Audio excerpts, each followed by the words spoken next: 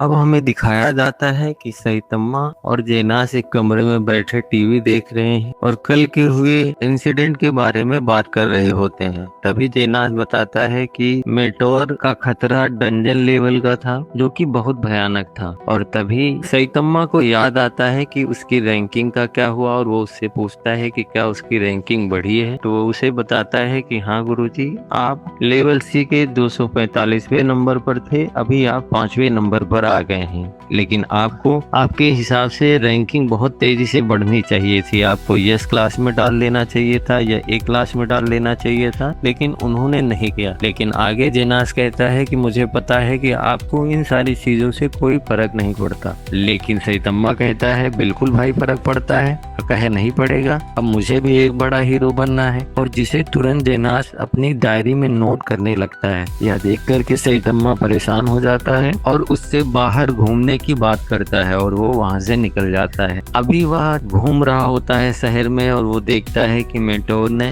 पूरे शहर को तबाह कर दिया है और वह नजारा बहुत ही भयानक था। वह देखते हुए आगे बढ़ता चला जा रहा था, तभी पीछे से उसे कोई आवाज लगाता है और यह वही आदमी होता है जो कुछ दिन पहले सोनिक के फाइट के दौरान मिला होता है। और वो उसे देख करके दबोच लेता है और कहता है कि क्या हाल चाल है टकले। लेकिन वह उसे नहीं पहचान रहा होता है, जिससे वह किसिया जाता है और उससे बहुत सारी ऊट पटांग की बकही करने लगता है और कहता है कि तुम एक फर्जी हीरो हो, क्योंकि इतना जल्दी किसी की रैंकिंग नहीं बढ़ती है। तुम्हारी रैंकिंग कैसे बढ़ गई। और उतने में एक और हीरो आ जाता है और वह भी उसे टीज करना शुरू कर देता है। दोनों बहुत ज्यादा टीज कर रहे होते हैं, जिसकी आवाज सुन करके आसपास के लोग भी इकट्ठा हो जाते हैं। और जब लोगों को पता चलता है कि यह वही हीरो है जिसने डिस्ट्रॉय किया है, तब वो उस पर गुस्सा करने लगते हैं, क्योंकि उस डिस्ट्रक्शन में लोगों के घर टूट गए हैं, जिससे परेशान हो जाते हैं और उसे वो चिल्लाना शुरू कर देते हैं। लेकिन बार बार सैतम्मा उसे कहता है कि भैया परेशान मत करो, बिना मतलब का आप लोग अपना काम करो, हमसे कोई मतलब नहीं है, मैंने तो आप लोगों को बताया है।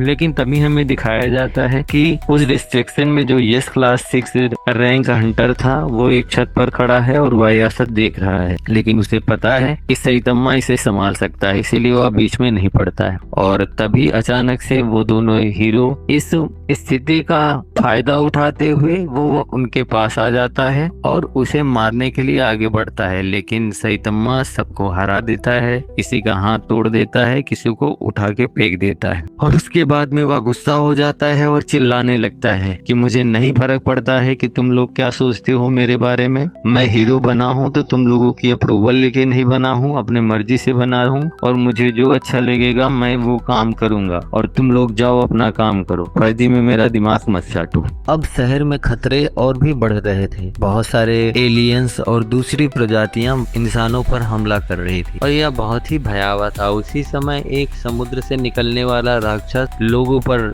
अटैक कर रहा था, चारों तरफ तबाही मचा रहा था और उसका खतरा लेवल वुल्फ था। तभी वहां पर हमें दिखाया जाता है कि लोग बहुत ज्यादा परेशान हैं, इधर उधर दौड़ रहे हैं, भाग रहे हैं। और सैतम्मा भी वहां पहुंचता है और एक पंच में उसे मार के गिरा देता है और वो वहां से चला जाता है। साथ ही साथ आगे हमको बहुत सारे समुद्र से निकलने वाले राक्षस दिखाए जाते हैं, जो शहर पर आक्रमण कर रहे हैं, लोगों को मार रहे हैं, पीट रहे हैं और कुछ लोग उनको रोकने के लिए जाते हैं। तभी हमको सैतम्मा और जेनास दिखाई देते हैं, जो आपस में बात कर रहे होते हैं। सैतम्मा उनसे पूछता है कि क्या उसकी रैंक बढ़ गई है कि अभी भी वहीं अटका है। तो वह बताता है कि अब वह रैंक 2 पर आ चुका है और जल्द ही वह बी में भी चला जाएगा। जिससे खुश होकर के सैतम्मा कहता है कि इस हफ्ते में अगर एक और मिशन कर लूंगा तो मैं आगे बढ़ जाऊंगा। और इसी खुशी में जेनास प्लेट धो रहा होता है और वो अंदर चले जाते हैं और खाना बनाने की तैयारी करने लगते हैं। तभी टीवी पर हमें कुछ न्यूज दिखाया जाता है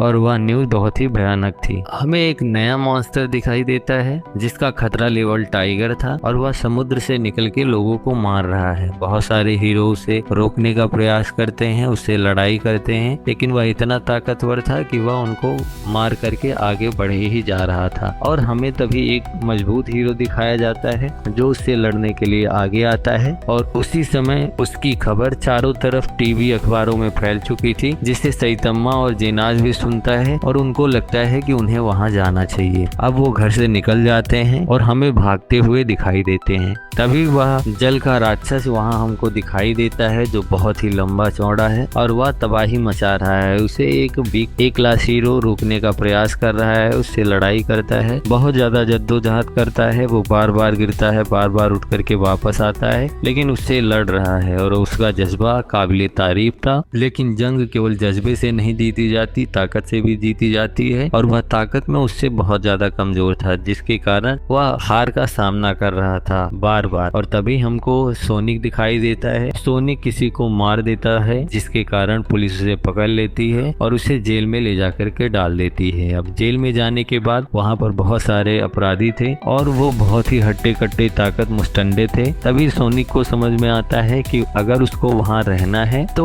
उसे उनका बॉस बन के रहना होगा, नहीं तो वो उन्हें परेशान भी कर सकते हैं। जिसके लिए सब लोगों की सभा बुलाता है और उनसे कहता है कि आज से मैं तुम लोगों का बॉस हूँ और तुम लोगों को मेरी ही बात माननी पड़ेगी। जिससे गुस्सा होकर के वो उस पर अटैक करना शुरू कर देते हैं, लेकिन सोनिक उसे डॉज करता है और 2-3 अपराधियों को वो मिरोड़ देता है, जिसको देख करके सब उसे बॉस मानने के लिए तैयार हो जाते हैं। तभी एक कमरे में हमें एक आदमी दिखाया जाता है जो वास्तव में बॉस था। उसके पास अथाह शक्ति थी और वह इस चहल पहल को सुन करके कमरे से बाहर निकलता है और थोड़ा डायलॉग बाजी करता है और अचानक से दीवार को तोड़ते हुए वो निकल जाता है, जिसे देख करके सभी लोग हैरान हैं और वो उनके पीछे जाने की बात करते हैं। और आज का एपिसोड यहीं पर हमारा खत्म हो जाता है। हमारे साथ बने रहिए, कल के एपिसोड में हम देखेंगे कि क्या जल दानव मारा जाता है, कौन उसको मारता है, और साथ ही साथ हम ये भी देखेंगे कि सोनिक आगे क्या करता है। तब तक के लिए वीडियो को लाइक कीजिए, शेयर कीजिए, सब्सक्राइब करना बिल्कुल मत भूलिएगा और बेल आइकन को जरूर दबा के रखिए। धन्यवाद।